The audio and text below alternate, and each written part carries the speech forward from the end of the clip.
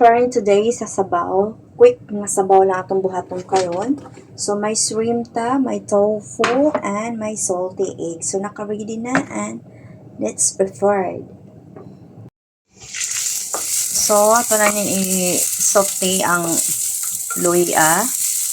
Pag muhumot na, atong isunod ang salty egg. Ato na ni siyang gi-slice o ginagmay. Anyway, ako din yung gipabukalan ang salty egg ha. Okay. Duck.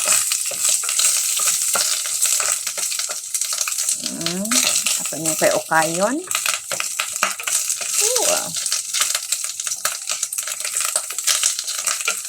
So next, lagay na tong o sa shrimp.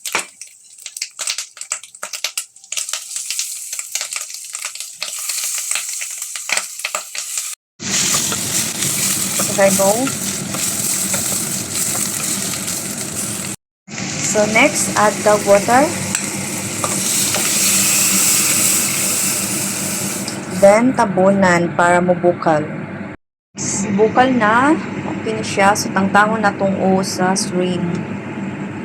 At ilabay, dili na siya gamiton kaya di man makaon. So next, bukal ato na ipambutang ang shrimp, tofu, and mixed vegetable. Then after nga, pabukalan natin ulit 10 minutes.